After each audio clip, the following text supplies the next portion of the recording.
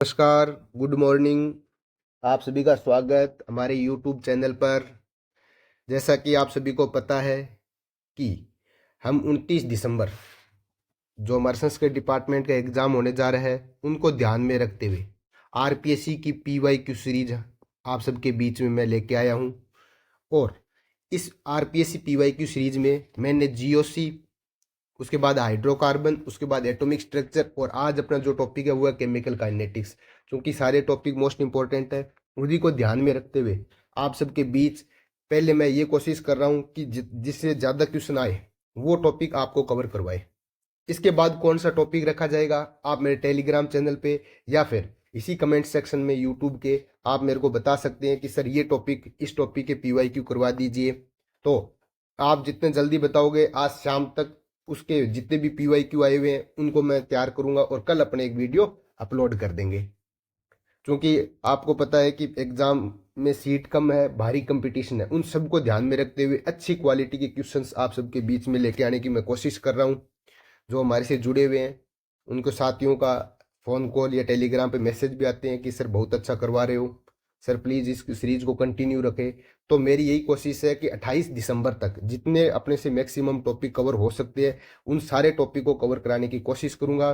उम्मीद करता हूँ आप सभी स्वस्थ है, मंगल है, अपनी पढ़ाई को निरंतर कंटिन्यू 10 12 15 घंटे तक लेके जा रहे हो। क्योंकि चूंकि लास्ट टाइम चल रहा है तो अपने को जितने अपने से एफर्ट हो सकते हैं, कोई 10 घंटा पढ़ सकता है, कोई 12 घंटा भी पढ़ते हैं, कोई 15 घंटा भी पढ़ते हैं, तो जितने जिससे अपने एफर्ट होंगे उतनी अपने को कोशिश करनी चाहिए।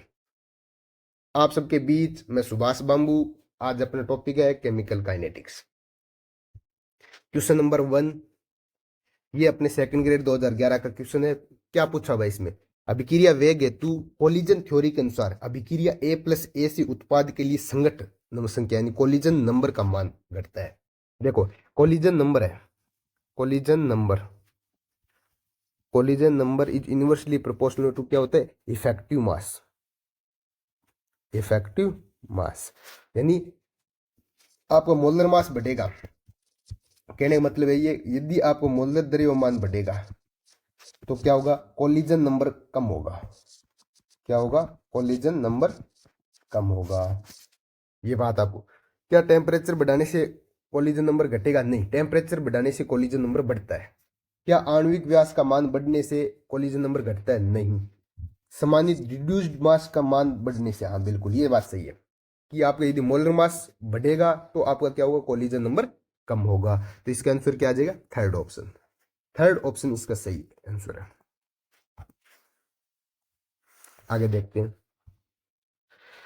ये जो अपना अभिक्रिया दी हुई है, इस अभिक्रिया में जल की सांद्रता को दुगुना कर दिया जाए तो अभिक्रिया का वेग प्रारंभिक वेग का कितना रहेगा? देखो यहाँ पे क्या है, ये सॉल्वेंट है। चूंकि H2O है, H2O क्या होता है? एक्सेस मात्रा में लिया जाता है। और हमें पता है कि कोई भी हादिके में हो, कोई भी सॉल्वेंट यदि हादिके में हो तो उसका रेट ऑफ रिएक्शन पे कोई प्रभाव नहीं पड़ता। रेट ऑफ रिएक्शन पर कोई प्रभाव नहीं पड़ता है, प्रभाव नहीं पड़ता है। तो यहाँ क्या है? यहाँ वाटर क्या है? एक्सेस है। वाटर एक्सेस है, इसके कारण इसकी रेट ऑफ रिएक्शन पे कोई प्रभाव नहीं पड़ेगा। तो यानी अपरिवर्तित रहेगी। यदि आप H2O में चाहे चेंज करो चाहे नहीं करो, अभिक्रिया पे कोई प्रभाव नहीं पड़ेगा। क्यों नहीं पड़ेगा? क्योंकि एक्सेस, जब भी आपको सॉल्वेंट एक्सेस दिया जाए तो उससे रेट ऑफ रिएक्शन पे कोई इफेक्ट नहीं आने वाला। ठीक है, तो इसका आंसर क्या आ जाएगा? अपरिवर्तित रहेगा। आगे देखते हैं। HI का विघटन एक द्वितीय कोटि का अभिक्रिया। बिल्कुल, सबसे पहले तो अपने को यही याद रखना है कि HI होता है, HI टूटता है H2+I2 में। आप बोल लो तो ये कौन सी अभिक्रिया है? तो ये सर सेकंड ऑर्डर रिएक्शन है। कई बार यहां से भी क्वेश्चन आते हैं। फिर आगे देखो, ये बोल दिया इसने कि दो से इधर करो आप, 2HI से H2+I2 बन रहा है। बिल्कुल सर बन रहा है। इस प्रयोग में HI का आंशिक दाब 45 मिनट में 30 से 15 हो रहा है। कितने? 45 मिनट में। तो 30 से 7:30 तक होने में, 30 से 7:30 तक होने में कितना टाइम लगेगा? ये पूछा हुआ अपने को। तो सबसे बेस्ट सेकंड ऑर्डर के लिए हम क्या रखेंगे? रेट लिखेंगे। देखो कैसे लिखते हैं रेट सेकंड ऑर्डर के लिए। 1/CT बराबर 1/C0 प्लस क्या होगा के टी। ये सेकेंड ऑर्डर की इक्वेशन है। अब इसमें पहली बार ये जो देखेंगे, जब 15 हो रहा है, सी टी 15 हो रहा है और शुरू में कितनी थी 30 कंसंट्रेशन थी, प्लस के इंटू टाइम कितना लग रहा है 45 मिनट लग रहा है। यहां से हम के की वैल्यू निकालेंगे। कैसे निकालेंगे, देखो इसको वापस 1/15 माइनस 1/30 बराबर क्या आएगा के इंटू 45। ये इसको ऊपर करो 30 माइनस 15, 15/15 इंटू 30 बराबर क्या आ जाएगा के इंटू 45। 15 से 15 गायब हो गया। के की वैल्यू क्या आएगी, के की वैल्यू आ जाएगी 1/45 इंटू 30। आ रही बात मुझे, देखो 30 से 15 हो रहा है, बाद में 15 हो रहा है, शुरू में 30 था। के अपने निकालना है, मिनट 45 दी हुई है, तो के की फॉर्मूला ये है। अब दोबारा फॉर्मूला है वही सेम अप्लाई करो, 1/ct बराबर 1/c0 प्लस के टी। अब देखो 1/ct क्या दिया है 7.5, तो 1/7.5 बराबर शुरू में कितना है 1/30 प्लस के की वैल्यू कितनी है, ये ऊपर निकालिए वो इंटू टी। इस बार टी निकालना है अपने को। देखो 1/7.5 माइनस 1/30 बराबर क्या आ जाएगा 1/45 इंटू 30 इंटू टाइम टी। इसको आप ऐसे करो 10। ठीक है, सबसे बेस्ट तो ये है कि 7.5 आप 2 5 से काटो, और कितने 5 से काटो 15 5 75, फिर ऊपर आ जाएगा 2 से मल्टीप्लाई कर दो, नीचे 2 से, ताकि 4/30 बन जाए सीधा। तो ये क्या आ जाएगा 4/30 माइनस 1/30 बराबर क्या आ जाएगा 1/45 इंटू 30 इंटू टाइम टी। इसको सॉल्व करोगे 3/30 आ जाएगा बराबर 1/45 इंटू 30 इंटू टाइम टी। 30 से 30 कैंसिल हो गया, तो टी की वैल्यू आ जाएगी 45 इंटू 3 यानी 135 मिनट। इसका आंसर क्या आ जाएगा 135 मिनट। सेकंड ऑप्शन, ऑप्शन क्या आ रहा है सेकंड। मेरे हिसाब से आप कर लोगे। सेकंड ऑर्डर के लिए आपको रेट ऑफ रिएक्शन का जो ऑर्डर है, जो इक्वेशन है वो याद होनी चाहिए, और बाकी इस इक्वेशन में कुछ भी नहीं है। ये सेकंड ग्रेड 2011 का क्वेश्चन है। आगे देखते हैं, आगे देखो कोलिजन सिद्धांत, संगत सिद्धांत के अनुसार वेग दिया जाता है। देखो कोलिजन थ्योरी है, कोलिजन थ्योरी को किसने बताया था, आर्नियस ने बताया था, आर्हेनियस ने बताया था।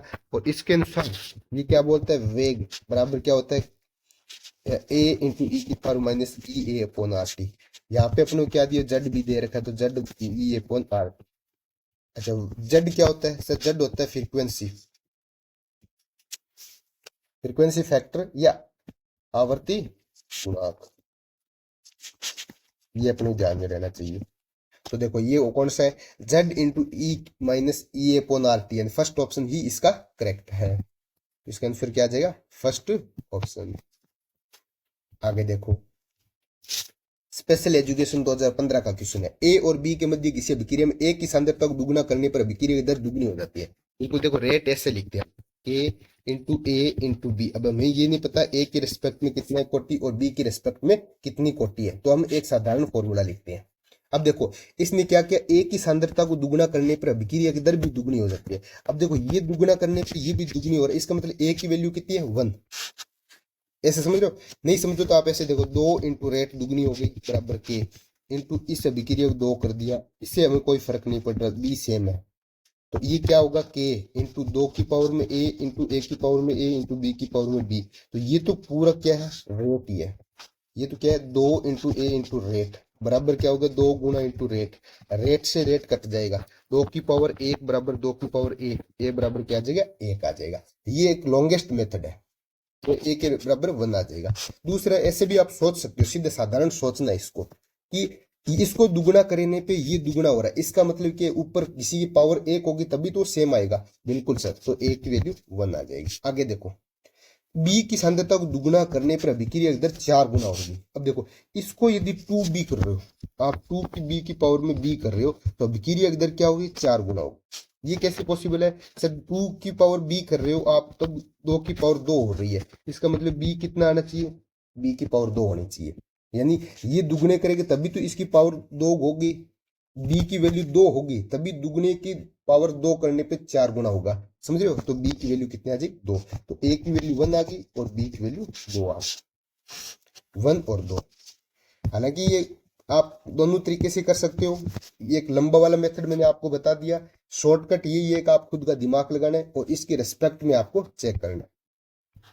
एक ये क्वेश्चन मैं आपको प्रॉपर तरीके से करा देता हूँ, फिर आपको कोई प्रॉब्लम नहीं आएगी। क्वेश्चन नंबर 6 जो कि सेकंड ग्रेड 2016 का क्वेश्चन है। अभिक्रिया ए बी सी की बल गतिकी में एक प्रथम कोटि की, बी में अर्ध कोटि की और सी में व्युत्क्रम प्रथम कोटि की है। देखो ए के रिस्पेक्ट में क्या है, फर्स्ट ऑर्डर रिएक्शन है, बी के रिस्पेक्ट में क्या है, हाफ ऑर्डर रिएक्शन है, सी के रिस्पेक्ट में क्या है, -1 है। इसका जब रेट लिखोगे आप तो k इंटू ए की पावर 1, बी की पावर में हाफ, सी की पावर -1 आ गया। अब देखो ए बी सी बी की सांद्रता की मात्रा 4 गुना कर दी जाए, बिल्कुल रेट पे क्या प्रभाव पड़ेगा, तो रेट दूंगा। ये देखो ये 2 नंबर रेट जो हमें निकालनी है, ये 1 नंबर रेट है के, इसकी भी 4 गुना कर दी सांद्रता, इसकी भी 4 गुना कर दी और इसकी भी 4 गुना कर दी। देखो के ये 4 गुना करने से 4 बाहर आ जाएगा, इसके 4 की पावर हाफ है, ये क्या है 4 की पावर हाफ। 4 की पावर हाफ का मतलब हो गया 2 की पावर हाफ। मैं 4 को ऐसे लिख सकते 2 की पावर 2, इसे हाफ से हाफ कट जाएगा तो ये क्या आ जाएगा 2 गुना आ जाएगा बाहर। फिर ये बी तो बचेगा अपने बी से। फिर देखो 4 की पावर -1, तो इसको मैं ऐसे लिख सकता हूँ 1/4। बाकी क्या बच गया, ए की पावर 1, बी की पावर में हाफ और सी की पावर 1। देखो ये वाला सेम, ये वाले सेम क्या है, रेट ये, तो ये तो रेट हो गई। तो रेट जो दुगनी रेट, रेट 2 बराबर क्या आ जाएगा, 4 इंटू 2 इंटू 1/4 इंटू रेट 1। 4 से 4 कट गया तो रेट कितने आ जाएगा, 2 गुना हो जाएगी, पहले वाली रेट की 2 गुना हो जाएगी। यही बात पूछा है कि तो अभिक्रिया वेग का मान 2 गुना हो जाएगा, पहले वाले की तुलना में क्या हो जाएगा, 2 गुना हो जाएगा। ऐसे निकालना है अपने को, कुछ नहीं करना, सिर्फ रेट लो लिखना अपने को। रेट लो के अकॉर्डिंग अपनी जो जिसकी कंसंट्रेशन डबल ट्रिपल 4 गुना आदि, वो आप उसको वैसे वैसे ब्रैकेट में लिखते जाओ, उसके बाद में रेट का एक दूसरे के साथ में कंपैरिजन कर लो। सबसे सिंपल मेथड यही है। सेकंड ग्रेड 2016 का क्वेश्चन है, प्रथम कोटि। एक बात मैं बताता हूँ, फर्स्ट ऑर्डर रिएक्शन है। फर्स्ट ऑर्डर रिएक्शन के लिए एक बात पहले पूरा क्वेश्चन पढ़ लेते हैं। प्रथम कोटि की अभिक्रिया को 75% पूर्ण होने में 32 मिनट लगते हैं, तो आधे होने में कितना समय लगेगा। देखो फर्स्ट ऑर्डर के लिए ही ये वैलिड होता है और किसी भी ऑर्डर के लिए नहीं होगा। यदि आप अभिक्रिया 100 है, 100 का पहला क्या होगा, आधा होगा 50, फिर आगे क्या होगा 25, फिर इसका आधा आधा क्या होगा 12.5। तो प्रत्येक में क्या चाहिए, आधे के लिए हमें पता है कि जब अभिक्रिया आधी रहे, जो पहले की कंसेंट्रेशन है रिएक्टेंट की उसकी आधी हो जाए, तो उसको पूर्ण होने में लगा समय कितना होता है, टी हाफ बोलते हैं उसको। फिर आगे देखो इसके लिए तो 50 है, फिर 25 से वापस ये क्या हो गया, टी हाफ हो गया, और ये भी क्या हो गया, टी हाफ हो गया। तो फर्स्ट ऑर्डर रिएक्शन के लिए ये सारे टी हाफ समान होते हैं। बस ये अपने को याद रखना है कि फर्स्ट ऑर्डर रिएक्शन में आधा तोड़ने पे, प्रत्येक आधे तोड़ने के बाद में टी हाफ की वैल्यू समान रहती है। देखो शुरू में क्या बोल रहा है, 75% होने में, यानी आप जब 100 था, उसके बाद क्या हुआ 50 हुआ, फिर क्या हुआ 25, ये 25% रह गया, तो इसका मतलब कितना चला गया, 75% चला गया। तो यहाँ ये कौन सा हो गया, ये 75% रिएक्शन कंप्लीट हो चुकी है यहाँ पे। यानी कितने टी हाफ चाहिए इसके लिए, 2 टी हाफ, 2 टी हाफ में 75% रिएक्शन कंप्लीट हो गई। इसके लिए कितने टाइम लगा है, 32 मिनट। तो टी हाफ की वैल्यू कितनी आएगी, 16 मिनट। अब क्या बोल रहा, आधा होने में, अब हमें पता है 100 से 50 होने में कितना टाइम चाहिए, टी हाफ, और टी हाफ की वैल्यू कितनी है, 16 मिनट। तो इसका आंसर क्या आ जाएगा, 16 मिनट। सीधा सीधा आंसर आ जाएगा, इसका आंसर आ जाएगा सी ऑप्शन, 16 मिनट। मेरे हिसाब से आपके समझ में आ गया कि आपको पहले 100 देखना है, 100 से कितना कम हो रहा है, कितने टी हाफ उसमें चाहिए, उसी के अकॉर्डिंग अपने को करना है। आगे देखो, यदि अभिक्रिया का वेग अभिकारक की प्रारंभिक सांद्रता पर निर्भर नहीं करता, तो रेट, रेट कैसे लिखते हैं, ए इंटू अभिकारक, अभिकारक की कोटि, ऐसे तो लिखते हैं ये अपने को। यदि अभिक्रिया का रेट इस अभिकारक की सांद्रता पर निर्भर ही नहीं कर रहा, इसका मतलब ये कोटि कितनी होनी चाहिए, 0 होनी चाहिए। कैसे सर, देखो के इंटू अभिक्रिया की कोटि जब 0 होगी तो ये क्या हो जाएगा, के के बराबर। इसका मतलब के ओनली के पे डिपेंड कर रहा है, यानी अभिकारक की सांद्रता पे डिपेंड ही नहीं कर रहा। यही तो बात बोलना चाह रहा है ये, अभिक्रिया का वेग अभिकारक की प्रारंभिक सांद्रता पर निर्भर नहीं करता। कब नहीं करता, जब कोटि की वैल्यू क्या आ जाए, 0। जब कोटि जीरो आ जाए तो रेट अभिकारक पर निर्भर नहीं करता है।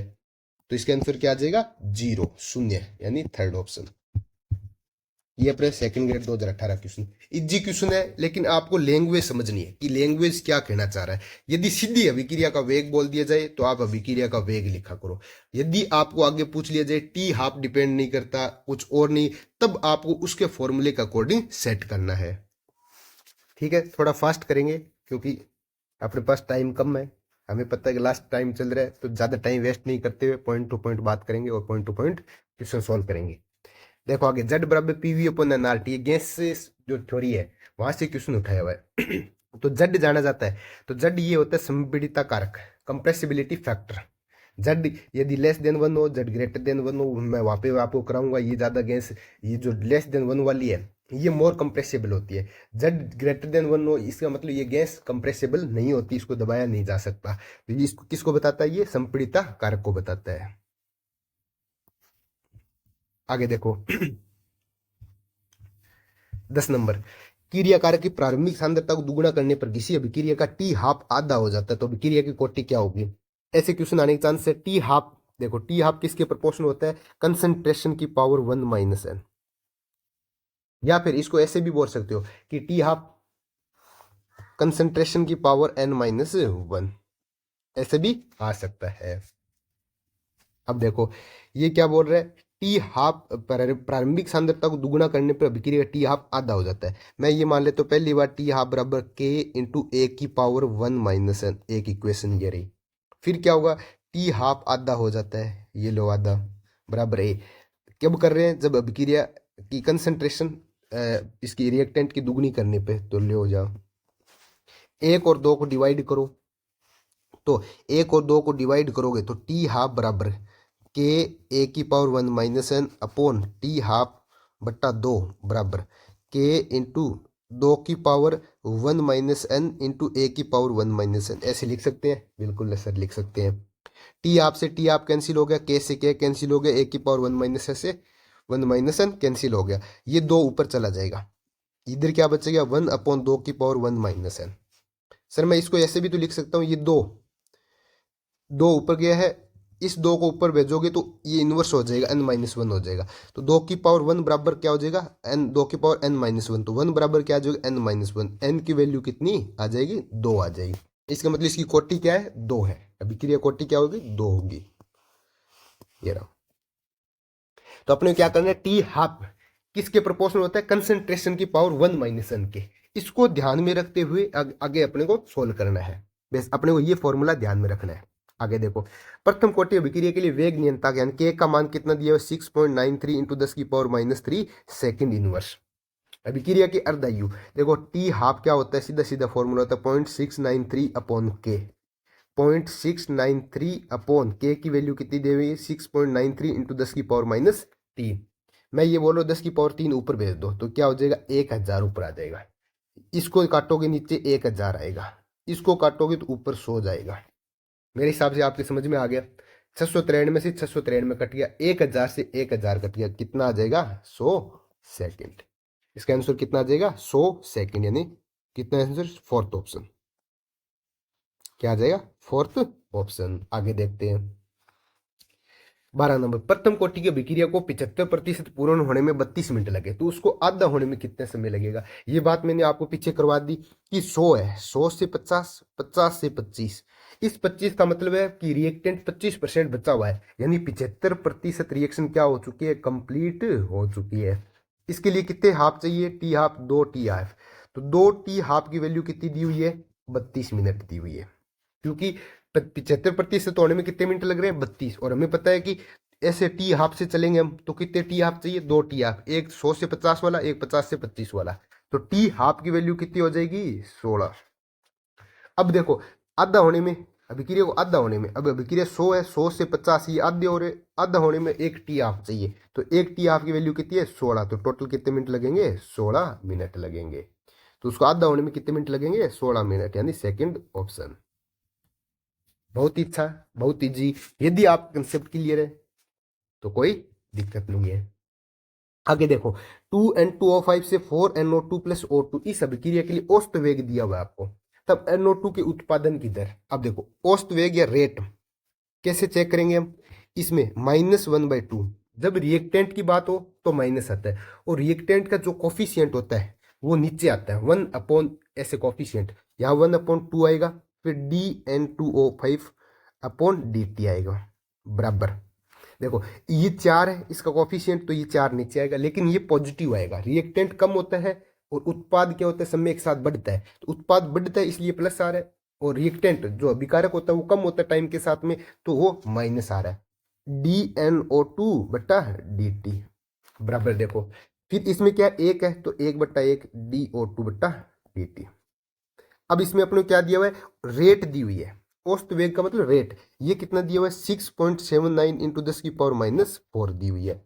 हमें क्या चाहिए, DNO2 के उत्पादन की दर, DNO2 ये रहा हमें चाहिए, तो ये हो गया 1/4 DNO2/dt। अब हमें क्या चाहिए, DNO2/dt वैल्यू चाहिए, तो ये क्या करेंगे हम, 4 से इसको मल्टीप्लाई कर देंगे, इंटू 4 कर देंगे। देखो 679 को 4 से करो आप, तो 9 चौक 36, 7 चौक 28, 31, 3 24 और 3 27, यानी कितना आ जाएगा लगभग ये 27.16 इंटू 10⁻⁴। तो मैं इसको 27.2 भी लिख सकता हूँ इंटू 10⁻⁴, 2.72 इंटू 10⁻³ भी तो लिख सकता हूँ, बिल्कुल सर लिख सकते हो। तो इसका आंसर क्या आ जाएगा, 2.72 इंटू 10⁻³ यानी थर्ड ऑप्शन। क्या आ जाएगा, थर्ड ऑप्शन।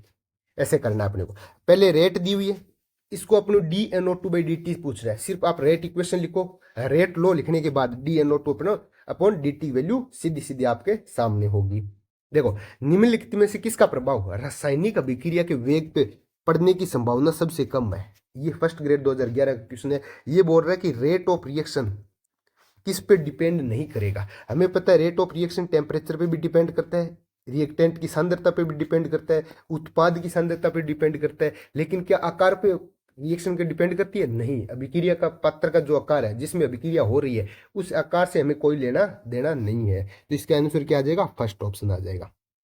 अभिक्रिया जो रेट ऑफ रिएक्शन कभी भी आकार इन चीजों पर डिपेंड नहीं करती, सिर्फ टेम्परेचर, अभिकारक की सांद्रता, उत्प्रेरक, इन चीजों पे फिर भी कर सकती है, लेकिन पात्र का आकार से हमें क्या लेना देना, चाहे 1 लीटर का हो चाहे 10 लीटर का, अभिक्रिया जितनी फास्ट होगी 1 लीटर में उतनी अभिक्रिया का रेट 10 लीटर वाले पात्र में भी होगी। आगे देखो, किसी अभिक्रिया की कोटि ज्ञात की जा सकती है, बिल्कुल। किससे किया ज्ञात करते हैं अपन, अभिक्रिया की कोटि, हमें पता है अभिक्रिया की कोटि किससे, वेग समीकरण से। हम जो आज तक पढ़ के आ रहे हैं वेग समीकरण, कौन सी, K बराबर A इंटू रेट, जो अभिकारक की सांद्रता की पावर कोटि।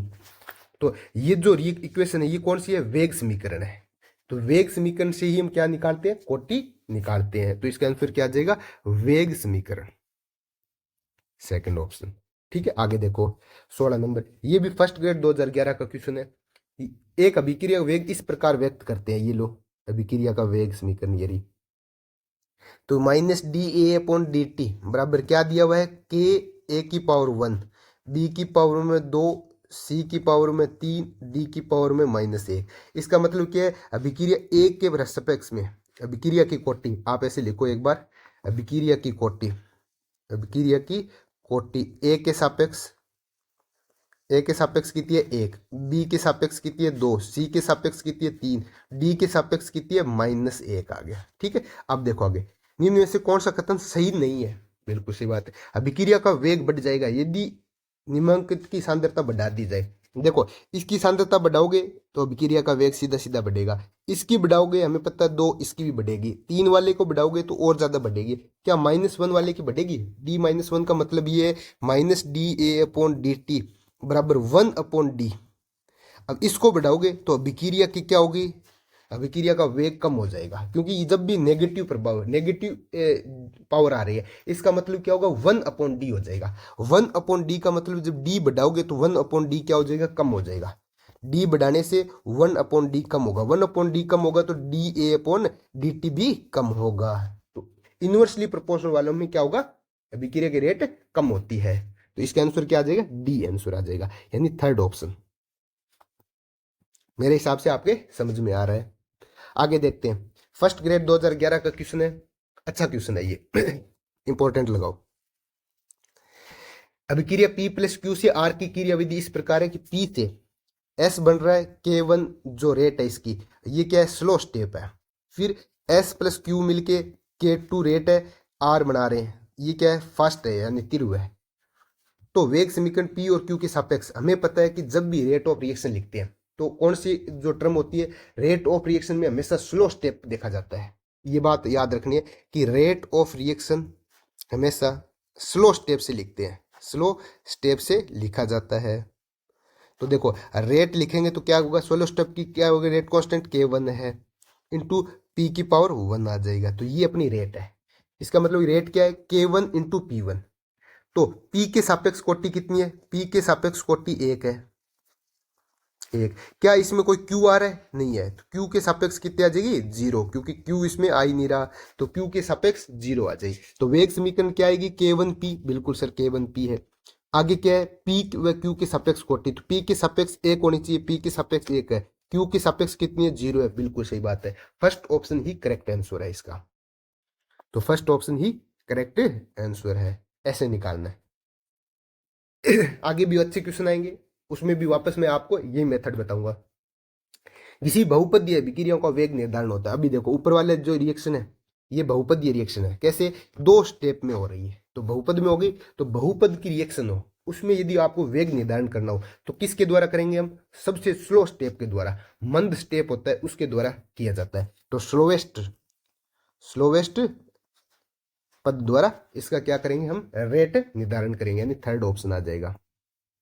तो हमें से क्या करेंगे, स्लो स्टेप को चेक करते हैं वेग निर्धारण में। आगे देखो प्रथम कोटि अभिक्रिया में उत्पाद की सांद्रता समय के साथ, देखो हमें ये पता है कि ए से मान लो बी बन रहा है, यदि फर्स्ट ऑर्डर रिएक्शन है तो शुरू में 100 था, फिर ये कम होता जाएगा धीरे धीरे धीरे धीरे, और ये बी बढ़ता जाएगा, और कभी भी ये रिएक्शन कंप्लीट नहीं होती है, चलता रहेगा ऐसे प्रोसीजर, और ये बहुत ज्यादा एक टाइम के बाद में सिर्फ बी बहुत ज्यादा बचेगा, ए की मात्रा बहुत कम हो जाएगी।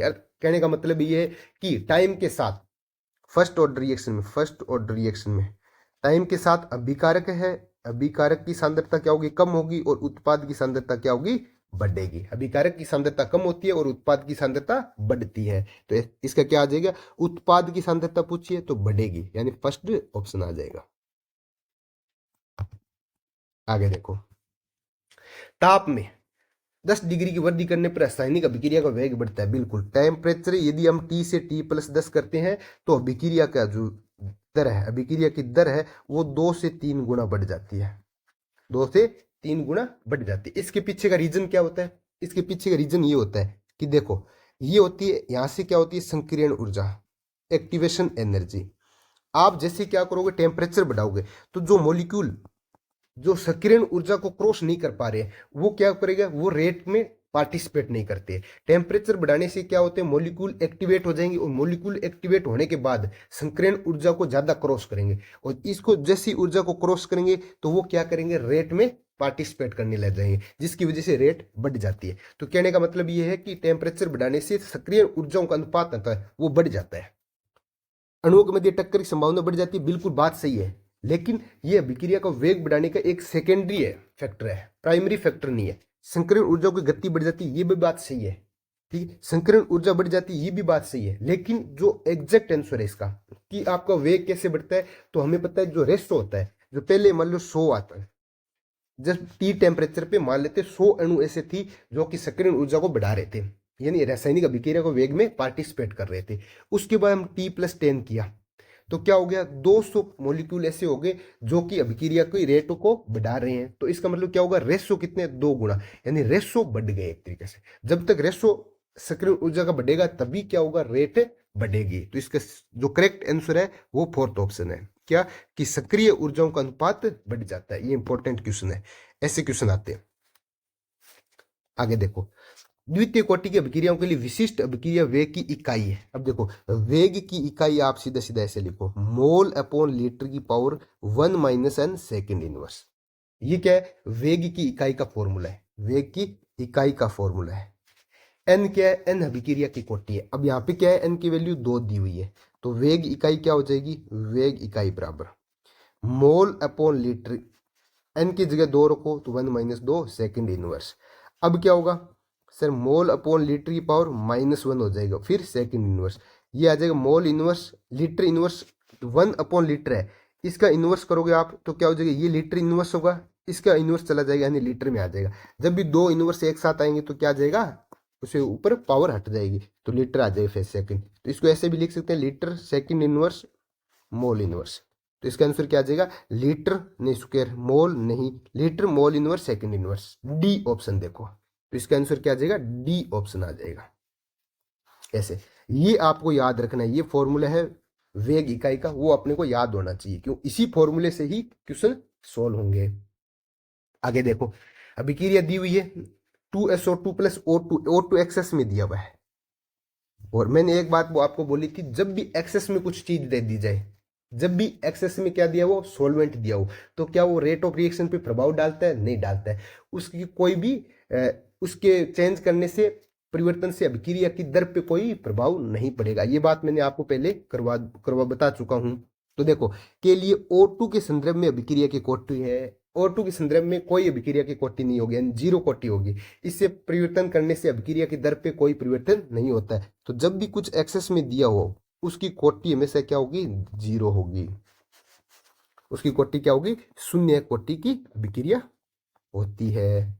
ठीक है, आगे देखो प्रथम कोटि अभिक्रिया के लिए वेग नियंत्रक, वेग नियंत्रक मतलब के का मान दिया हुआ है, कितना दिया हुआ है, 5.5 × 10⁻14 सेकेंड इनवर्स। अभिक्रिया की अर्धायु पूछी हुई है, अर्धायु का फॉर्मूला होता है किसके लिए, फर्स्ट ऑर्डर रिएक्शन के लिए। फर्स्ट ऑर्डर के लिए अर्धायु का फॉर्मूला अपने को याद होना चाहिए, क्या होगा, 0.693/K। ये अपने फर्स्ट ऑर्डर रिएक्शन के लिए अर्धायु का फॉर्मूला होता है। 0.693/K की वैल्यू कितनी आएगी, 5.5 × 10⁻14। अब देखो 0.693/5.5, ये 14 ऊपर चला गया, ऐसे आ जाएगा। अब इसको आप काटो, इसको आप क्या तरीका है सबसे बेस्ट, एक जीरो यहाँ पे आएगा, 3 जीरो है, 2 जीरो 3 जीरो, एक इधर जाएगा, फिर एक जीरो ऊपर आएगा, ये कट जाएगा। तो क्या आ जाएगा, 693/55, ये 10⁻2 है, ये ऊपर जाएगा तो 10⁻12 आ जाएगा। 5 से काटोगे, देखो आप 10 से काटोगे 550 होता है, 55 × 10 क्या होगा, 550 होगा। लगभग ये कितना आएगा, दो, लगभग इसको आप करोगे तो 12 गुना आएगा, ये लगभग क्या आएगा, 12.6 गुना आएगा। ठीक है, इंटू 10⁻12। तो इसको ऐसे भी तो लिख सकते हैं 1.26 × 10⁻13। ऐसा कोई ऑप्शन है क्या, 1.26 × 10⁻13 फर्स्ट ऑप्शन ही है इसका आंसर होगा। ठीक है, क्योंकि 10 गुना क्या होगा, 550, फिर आगे आप 110 और जोड़ो उसमें तो कितना हो जाएगा, 660। तो लगभग 12 गुना हो गया, और उसके बाद थोड़ा बहुत एक्स्ट्रा हो गया, तो 12.6 गुना हो गया। आगे देखो रेडियो धर्मी तत्व का उच्छय का उदाहरण इंपॉर्टेंट, ये फर्स्ट जो ऑर्डर की कोटि होती है, फर्स्ट कोटि का अभिक्रिया का उदाहरण होता है। एज इट इज क्या होता है, रेडियो धर्मी तत्व हम पढ़ते भी आ रहे हैं कि टी हाफ न्यूक्लियर, जो हमारा न्यूक्लियर केमिस्ट्री होती है, न्यूक्लियर केमिस्ट्री पूरी पूरी किस पे होती है, फर्स्ट ऑर्डर पे होती है, फर्स्ट ऑर्डर की रिएक्शन पे होती है। तो ये पूछा हुआ है रेडियो धर्मी तत्वों का क्षय का उदाहरण कौन सी कोटि का है, तो फर्स्ट कोटि का उदाहरण है। ये किसका है, फर्स्ट कोटि का उदाहरण है। आगे देखो आर्नियस इक्वेशन, के बराबर ए इंटू ई की पावर माइनस आर टी, के बराबर ए इंटू ई की पावर माइनस ई ए अपॉन आर टी आ जाएगा। के लिए कौन सा कथन असत्य है, इसको अपने पूछा है असत्य कथन बतानी है, बिल्कुल बताएंगे। ई ए की कोटि, ई ए की इकाई, देखो ई ए की इकाई हमें पता है, ई की इकाई कुछ नहीं होगी, तो ई ए की इकाई वही होगी जो आर और टी की होगी, आर टी की जो इकाई होगी वही ई ए की होगी। तो ई ए की इकाई कौन सी हो जाएगी, जूल पर मोल हो जाएगी, जूल पर मोल हो जाएगी, बात तो सही है।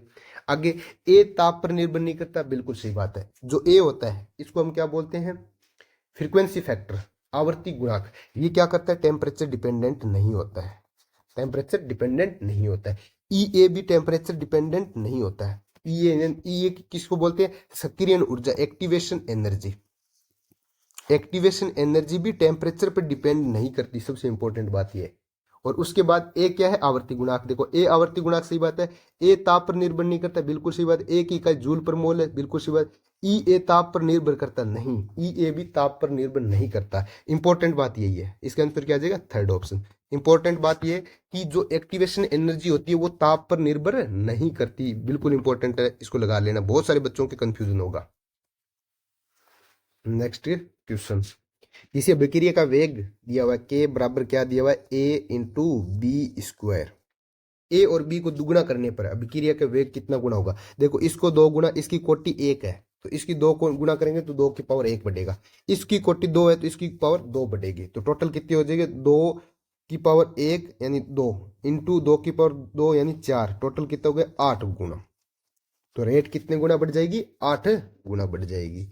फर्स्ट ग्रेड 2015 का क्वेश्चन है, बताओ एसएससी क्वेश्चन कितने इजी क्वेश्चन आए रखे।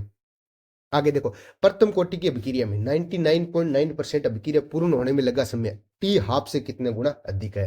देखो टी हाफ हमें पता है कि कितना होता है 0.693 अपॉन के, या तो ऐसे बोल दो या ऐसे 2.303 log 2 बटा के, ये होता है टी हाफ। अब हमें निकालना है टी 99.9%, ये हमें पता है 2.303 बटा T log of A upon A minus X. A की वैल्यू कितनी है 100 है, एक्स की वैल्यू कितनी है 99.9 है, इनको रखो आप, तो 2.303 बटा टी log ऑफ 100 बटा 100 माइनस 99.9 बराबर, ये आ गया टी 99.9%।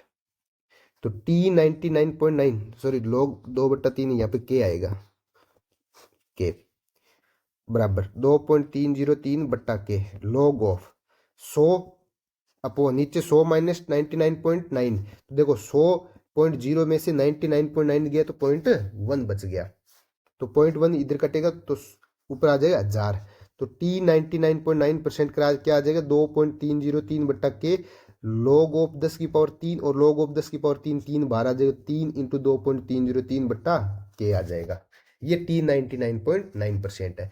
अपने टी हाफ और टी 99 का क्या करना है रेशो लेना है, तो देखो टी 99.9 बट्टा टी हाफ बराबर, ये क्या आएगा 3 इंटू 2.303 बट्टा के, टी हाफ की वैल्यू रखो 2.303 इंटू log 2 बट्टा के से के कट गया 2.30 से 2.303 कट गया, 3 बट्टा log 2 आ जाएगा, और 3 बट्टा log 2 मतलब 3 बट्टा log 2 की वैल्यू 0.3, तो ये ऊपर कटेगा 10 आ जाएगा, तो यानी टी 99.9% किसके गुना होगा 10 इंटू टी हाफ के प्रोपोर्शनल होगा, तो कितने गुना हो जाएगा 10 गुना हो जाएगा, तो टी हाफ से कितना गुना होगा 10 गुना होगा टी 99.9%, तो इसका आंसर क्या आ जाएगा फोर्थ ऑप्शन।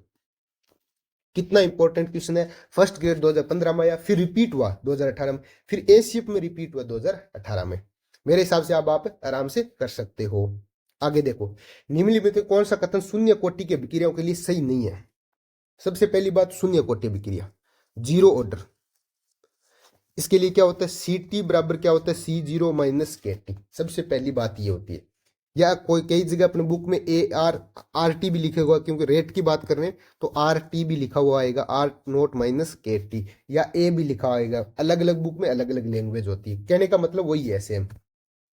अब देखो आर टी बराबर आर नोट माइनस के टी, एक नंबर, इसमें यदि आर टी और टी के बीच में आपको ग्राफ खींचे जाए तो y बराबर क्या आएगा c minus m x, m क्या होगा स्लोप क्या नेगेटिव आएगी, तो नेगेटिव स्लोप आएगी, एक स्ट्रेट लाइन आएगी, क्या आएगी सीधी रेखा आएगी, स्लोप क्या आएगी नेगेटिव आएगी, ठीक है। इसके अलावा इसका टी हाफ देखा जाए, टी हाफ का मतलब कि सी टी बराबर क्या हो जाएगा सी नोट बट्टा 2 रहे, ऐसा टाइम जिन पे जो प्रारंभिक उत्पाद की कंसंट्रेशन प्रारंभिक अभिकारक की कंसंट्रेशन क्या हो जाए आधी हो जाए, उसको क्या बोलते हैं, उसमें लगा हुआ समय टी हाफ बोलते हैं। तो देखो सी टी की जगह क्या रखो सी बटा 2 रखो बराबर सी नोट माइनस के टी, तो इसको इधर रखोगे तो सी नोट बटा 2 आ जाएगा के टी, तो क्या आ जाएगा टी हाफ की वैल्यू आ जाएगी सी नोट बटा 2 के, ये अपने का है। अब इसमें देखते हैं क्या एल एन आ रहा है कहीं पे भी, एल एन आर और टी के मध्य सरल रेखा लेख नहीं, देखो आर टी सीधा ओनली आर,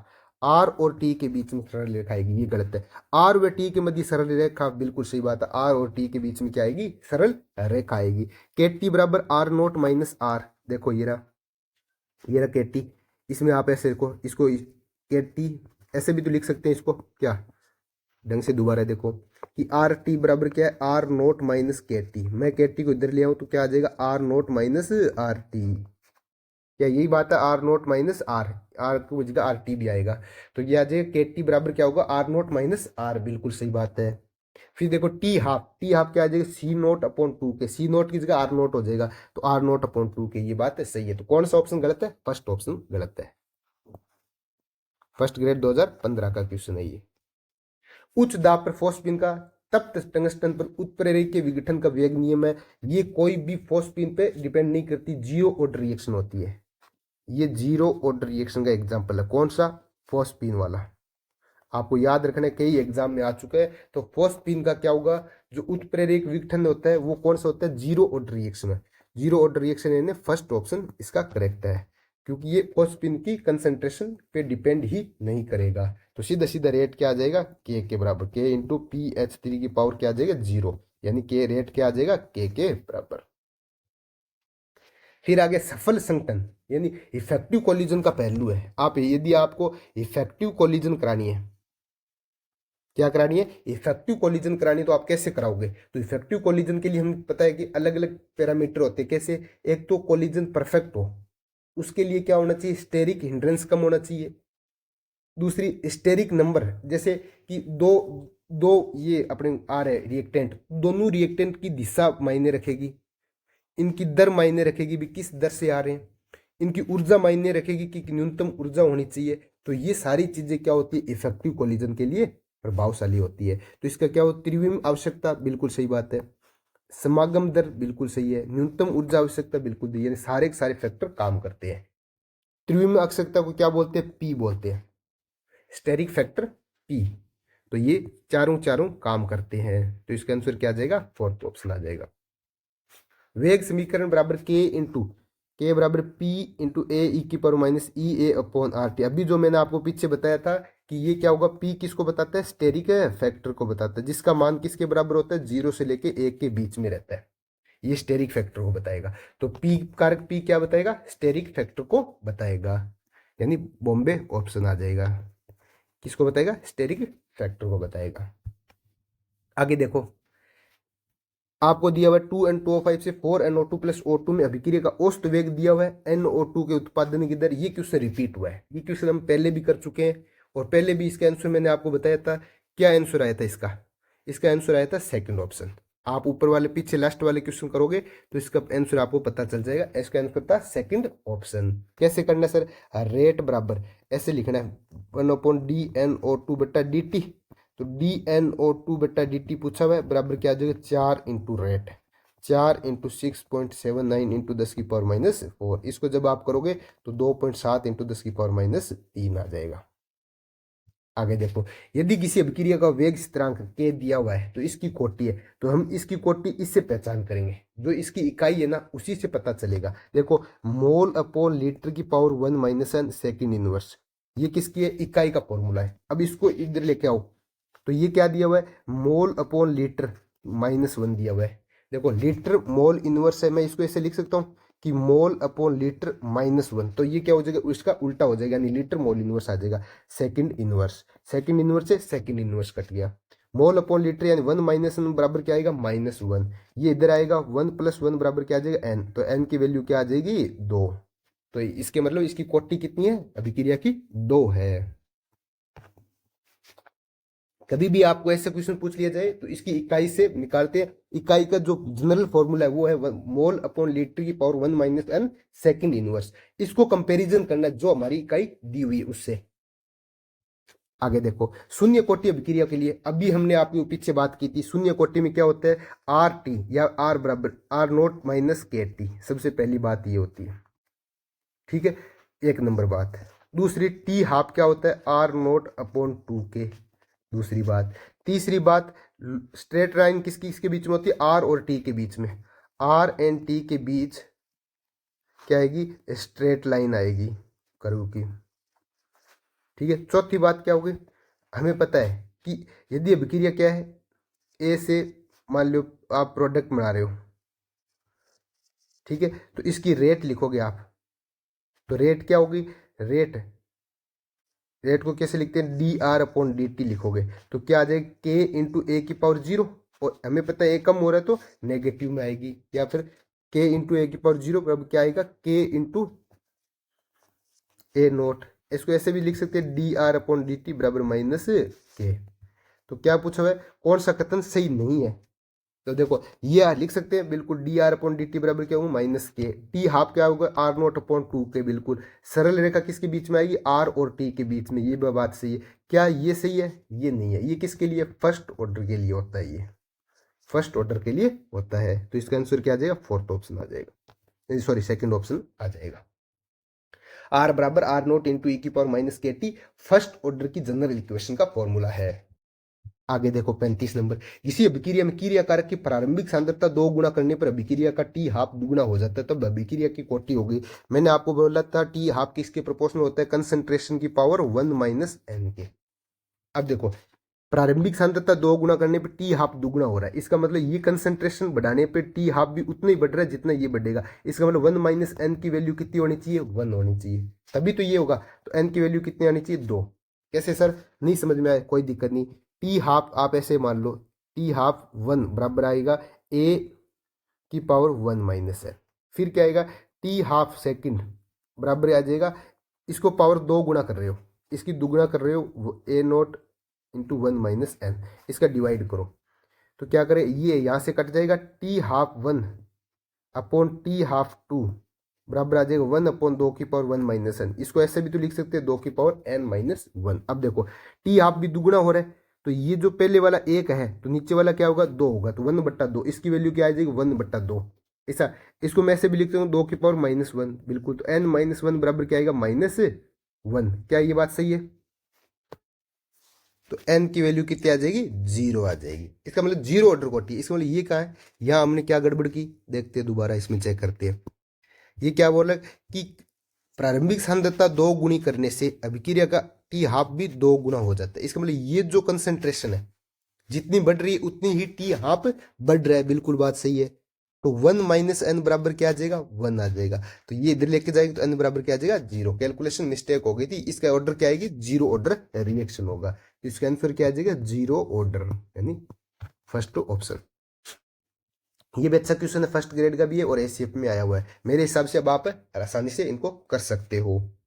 आगे देखो 100 डिग्री पर एक द्वितीय कोटि की अभिक्रिया का वेग नियंत्रण का मान दिया हुआ है। 400 डिग्री पर वेग नियंत्रण मान ज्ञात कीजिए। इस अभिक्रिया की संकीर्ण ऊर्जा का मान 0 है, क्योंकि हमें पता है कि log K2/K1 बराबर EA/2.303 R 1/T1 minus 1/T2। ये किसका फॉर्मूला होता है, ये एक्टिवेशन एनर्जी और रेट कांस्टेंट का फॉर्मूला है। टेम्परेचर के साथ में किस हिसाब से रेट कांस्टेंट चेंज होता है। ई ए की वैल्यू 0 दी हुई है, तो देखो log K2/K1 बराबर क्या आ जाएगा, इस वैल्यू पूरी की वैल्यू क्या आ जाएगी 0, क्योंकि इसको 0 रखने पे 0 आ जाएगी। और log 0 कब होता है, जब 1 हो। log 1 की वैल्यू क्या होती है 0, इसका मतलब log 1 बराबर क्या आ जाएगा log K2/K1। इसका मतलब क्या हो जाएगा K2/K1 की वैल्यू 1 आ जाएगी, यानी K2 बराबर ही K1 आ जाएगा। दोनों का रेट कांस्टेंट सेम हो जाएगा, जो 100 डिग्री पर है वही 400 डिग्री पे होगा। तो यानी 3 × 10⁻⁴, ये दोनों वैल्यू सेम रह जाएगी। तो इसका आंसर क्या हो जाएगा 3 × 10⁻⁴, यानी सेम आंसर आ जाएगा। K2 और K1 की वैल्यू में कोई परिवर्तन नहीं आएगा। आगे देखो फर्स्ट ग्रेड 2022 का क्वेश्चन है। प्रथम कोटि की अभिक्रिया के लिए टी हाफ दिया हुआ है। टी हाफ कितना दिया हुआ है, 80 दिया हुआ है, 80 मिनट। इस अभिक्रिया में क्रिया कारक की प्रारंभिक मात्रा यदि 2 मोल पर लीटर हो तो कितने समय में 0.25 मोल पर लीटर रह जाएगी। देखो शुरू में 2 थी, इसका आधा करो 1, इसका आधा करो 0.5, फिर इसका आधा करो 0.25। हमें ये पूछा है कि शुरू में 2 थी, 0.25 होने में कितना टाइम लगेगा। तो देखो ये टी हाफ, फिर ये भी टी हाफ, फिर ये भी टी हाफ, तो टोटल कितने टी हाफ चाहिए, 3 टी हाफ चाहिए। इतना टाइम लगाएगी ये अभिक्रिया, 2 से 0.25 होने में 3 टी हाफ का समय लगाएगी। एक टी हाफ की वैल्यू कितनी है, 80 मिनट है, तो टोटल कितनी हो जाएगी 240 मिनट इसमें समय लगेगा। तो इसका आंसर क्या आ जाएगा 240 मिनट, 240 मिनट। आगे देखो अभिक्रिया N2+3H2 से 2NH3 के लिए आपको DNH3/dt का मान दिया हुआ है, तो आपको DH2/dt का मान पूछा हुआ है। मेरे हिसाब से आप कर सकते हो क्वेश्चन, अच्छे क्वेश्चन है, आपको मजे भी आ रहे हैं। यदि आपको अच्छा लगे तो प्लीज इसको शेयर सब्सक्राइब करो, और जितने भी आप व्हाट्सएप ग्रुप टेलीग्राम ग्रुप हो इनमें इस वीडियो को लेक्चर को आप ज्यादा से ज्यादा शेयर करो, सब्सक्राइब बढ़ाओ, हमारा ताकि हमारे को एक नई मोटिवेशन मिले, और नया मोटिवेशन मिलेगा, आप लोग हमारे से जुड़े रहोगे तो और भी अच्छे अच्छे लेक्चर मैं आप सबके बीच में लेके आने का प्रयास करूंगा। जल्दी मैं एक डिजिटल बोर्ड लेके आ रहा हूँ, अपने एक नए रूप में आपको दिखेंगे जनवरी के बाद में। तो N2+3H2 से 2NH3। इसके लिए रेट क्या होगा सर? रेट का फॉर्मूला होगा -dN2/dt बराबर -13dH2/dt बराबर 1/2dNH3/dt। ये तो आप निकालने सीख गए कि इसका कोफिशिएंट 1 है तो इसमें 1 ही आएगा, कुछ नहीं है। इसका 3 है तो 1/3 आएगा, इसका 2 है तो 1/2 आएगा। ये जो रिएक्टेंट है इसमें नेगेटिव आता है, प्रोडक्ट में क्या होता है? पॉजिटिव आता है रेट के अंदर। dNH3/dt की वैल्यू दी हुई है हमें, ठीक है। तो देखो इसमें रेट बराबर क्या आ जाएगा? 1/2 dNH3/dt।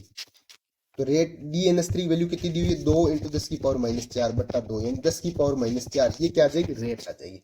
अब रेट को इसके साथ H2 के साथ में लेके आओ, रेट बराबर क्या आ जाएगा? -1/3 dH2/dt। मेरे को निकालनी है dH2/dt की वैल्यू, तो क्या हो जाएगा? 3 × रेट हो जाएगी। 3 × रेट का मतलब 10⁻⁴। रेट की जगह हम क्या रखेंगे? 10⁻⁴। तो 3 × 10⁻⁴ आ जाएगी इसका आंसर। 3 × 10⁻⁴, second option.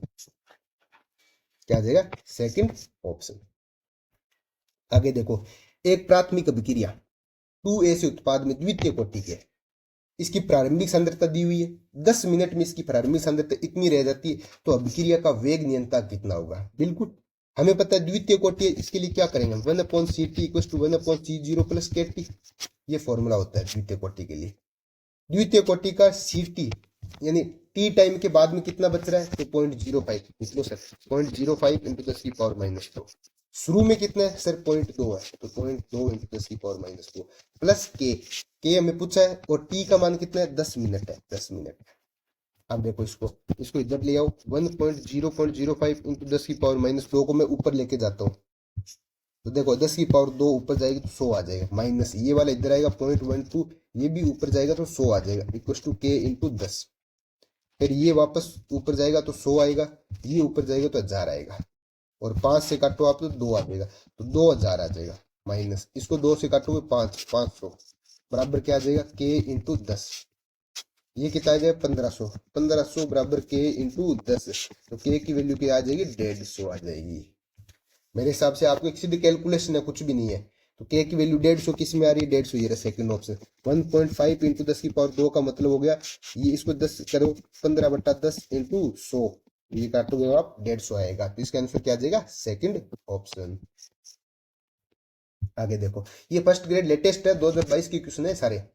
संकीर्ण ऊर्जा की गणना के लिए log k और 1/t के मध्य खींचा गया ग्राफ है।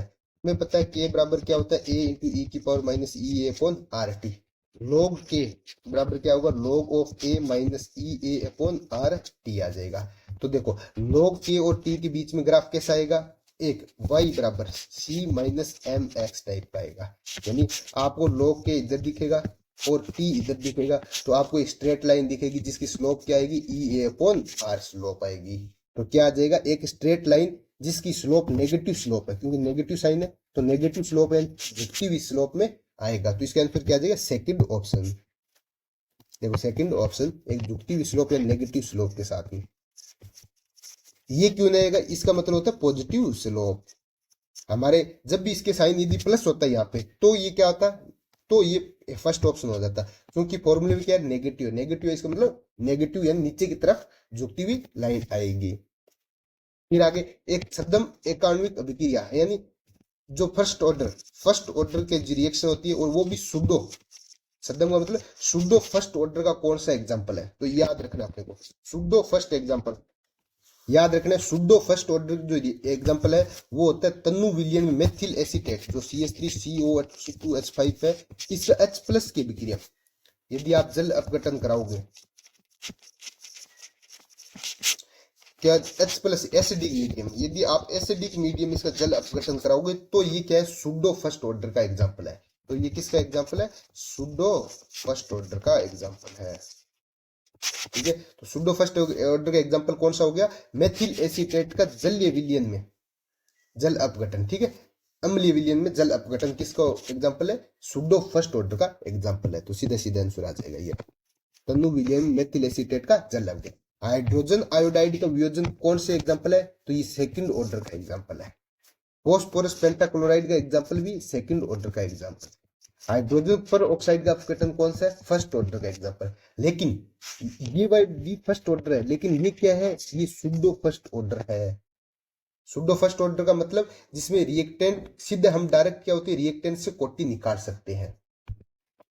आगे देखो, NOBr के निर्माण की क्रिया विधि दी हुई है, NO के सापेक्ष अभिक्रिया की कोटि होगी। हमें पता है कि रेट निकालते हैं, तब हम स्लोएस्ट स्टेप से रेट निकालते हैं, RDS स्टेप होता है, इसी से हम रेट निकालते हैं। तो K RDS स्टेप से निकालेंगे तो NOBr2 और NO आएगा, क्योंकि NOBr2 इंटरमीडिएट है तो NOBr2 नहीं आना चाहिए, तो हम फर्स्ट स्टेप से NOBr2 को हटाएंगे। इसको मान लेते K रेट है, K रेट आएगा या K डैश आएगा, K डैश बराबर क्या आ जाएगा, NOBr2 बटा यानी प्रोडक्ट बटा रिएक्टेंट, तो रिएक्टेंट आ जाएगा NO और Br2, तो NOBr2 क्या आ जाएगा, K डैश इंटू NO और Br2 आ जाएगा।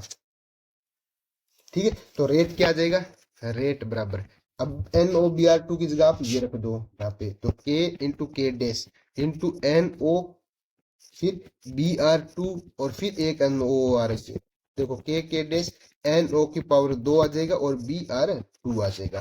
तो NO के सापेक्ष में कितनी कोटि है, 2 है, NO के सापेक्ष अभिक्रिया की कोटि कितनी होगी, 2 होगी, तो आंसर क्या आ जाएगा, फोर्थ ऑप्शन आ जाएगा।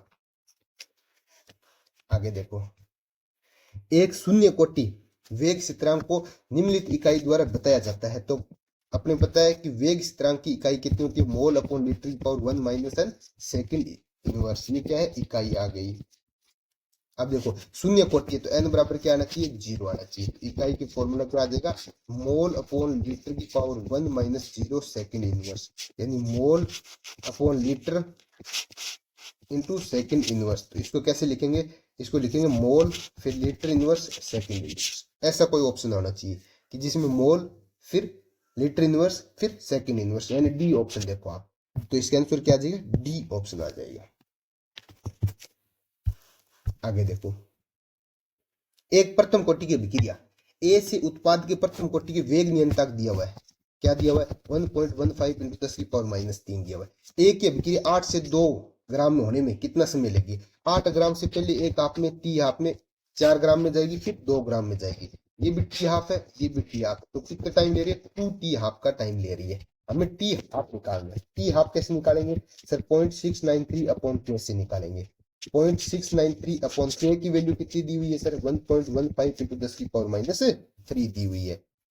सर इसको सोल्व करेंगे 10 की पावर 3 ऊपर चला जाएगा, 0.693 इंटू 1000 पक्का नीचे क्या आ जाएगा 1.15, इसको काटोगे तो ये 1000 आएगा, इसको काटोगे तो ऊपर 100 जाएगा, 1000 से 1000 कैंसिल हो जाएगा।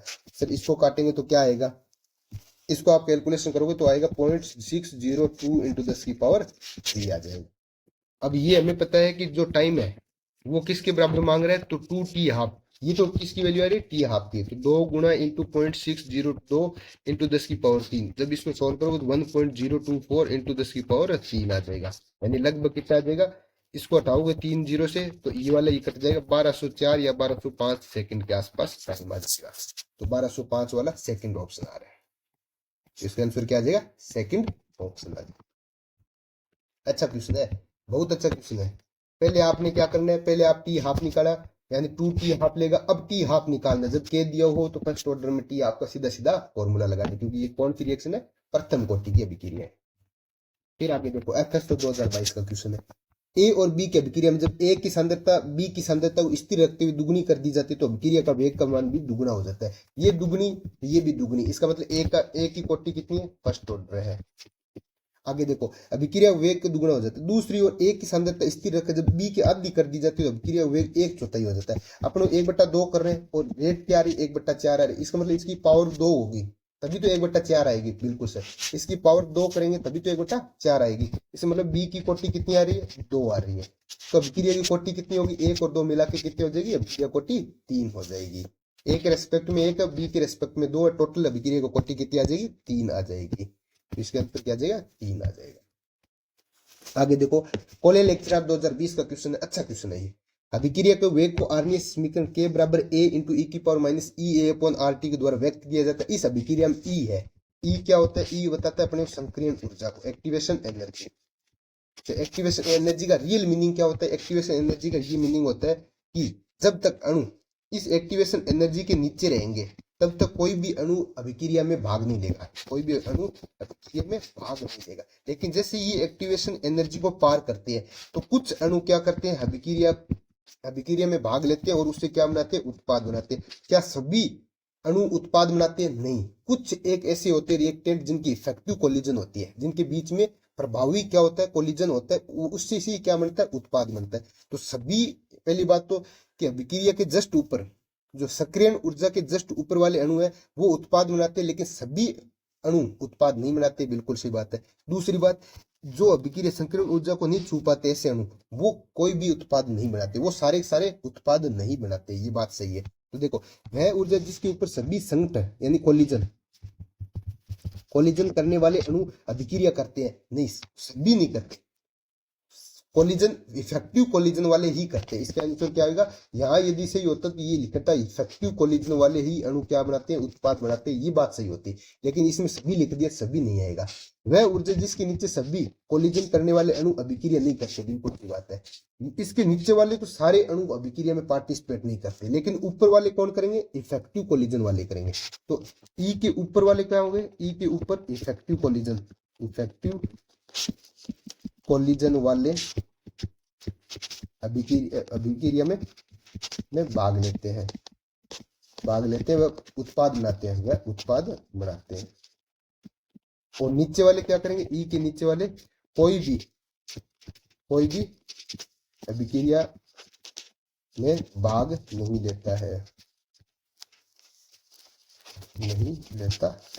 ठीक है। तो इसका आंसर क्या आ जाएगा, सेकंड ऑप्शन आ जाएगा। बहुत अच्छा क्वेश्चन है, टेक्निकल क्वेश्चन, थोड़े दिमाग लगाओ हुए तभी आप इस क्वेश्चन को सही कर पाओगे।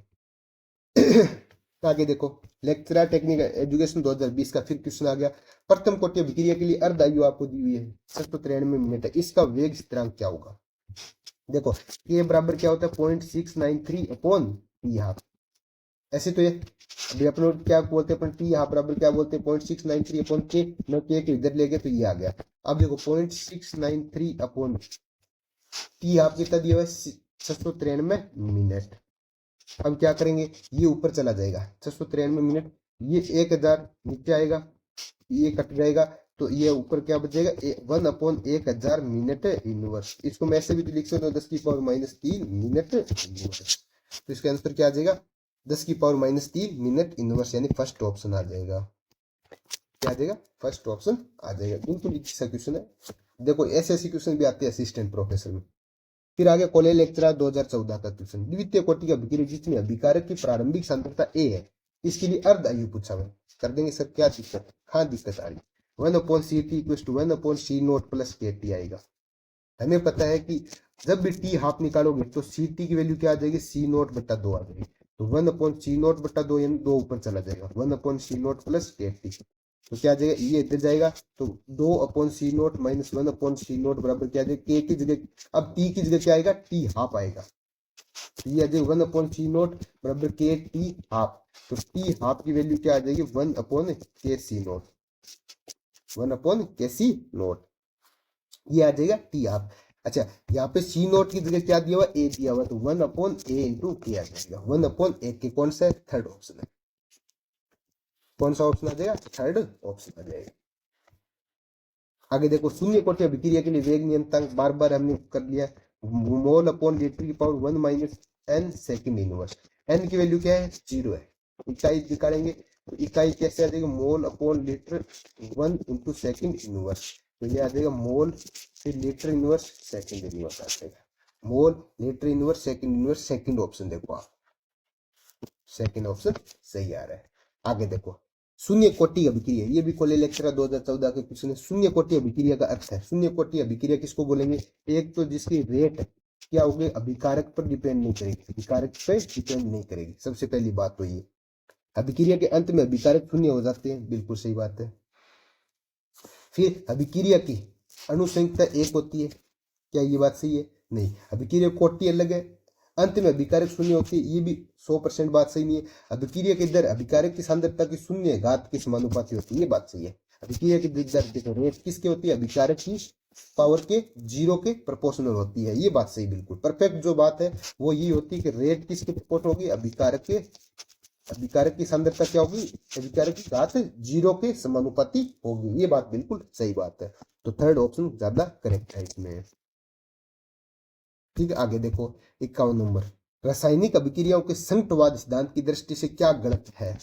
ये कौन लेक्चरर का क्वेश्चन है, जो कोलिजन थ्योरी है उसमें क्या गलत है वो पूछा है। ये गैसों के अणुगति सिद्धांत पर आधारित होती है, बिल्कुल ये केटीजी की फॉर्म, केटीजी का सिद्धांत होता है ना, उसी पे जो अपने जो गैसिस अणु पढ़ेंगे उसके अंदर में ये डिटेल में बताऊंगा आपको। ये माना गया कि अभिकारक अणु कठोर गोले हैं और अभिक्रिया उनके टक्करों के कारण होती है, ये बात भी सही है। दो दो अभिकारक होंगे, आपस में टकराएंगे तो इनकी इफेक्टिव टक्कर होगी और इफेक्टिव टक्कर की वजह से क्या होगी, रेट उत्पन्न होगी, तो ये बात भी सही है। तीसरा, अभिकारक अणुओं के सभी टक्करों से उत्पाद बनते नहीं, ये बात गलत है।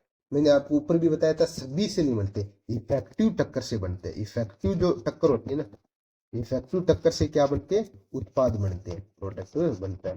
तो इसके लिए क्या चाहिए, इफेक्टिव टक्कर चाहिए हमें। तो कौन सा गलत है, थर्ड ऑप्शन ज्यादा गलत है। इसका आंसर क्या आ जाएगा, थर्ड ऑप्शन ज्यादा गलत है, इसका मतलब थर्ड आंसर गलत है। अभिक्रिया में क्या चाहिए, इफेक्टिव टक्कर होनी चाहिए, इफेक्टिव टक्कर होगी तभी प्रोडक्ट बनेगा।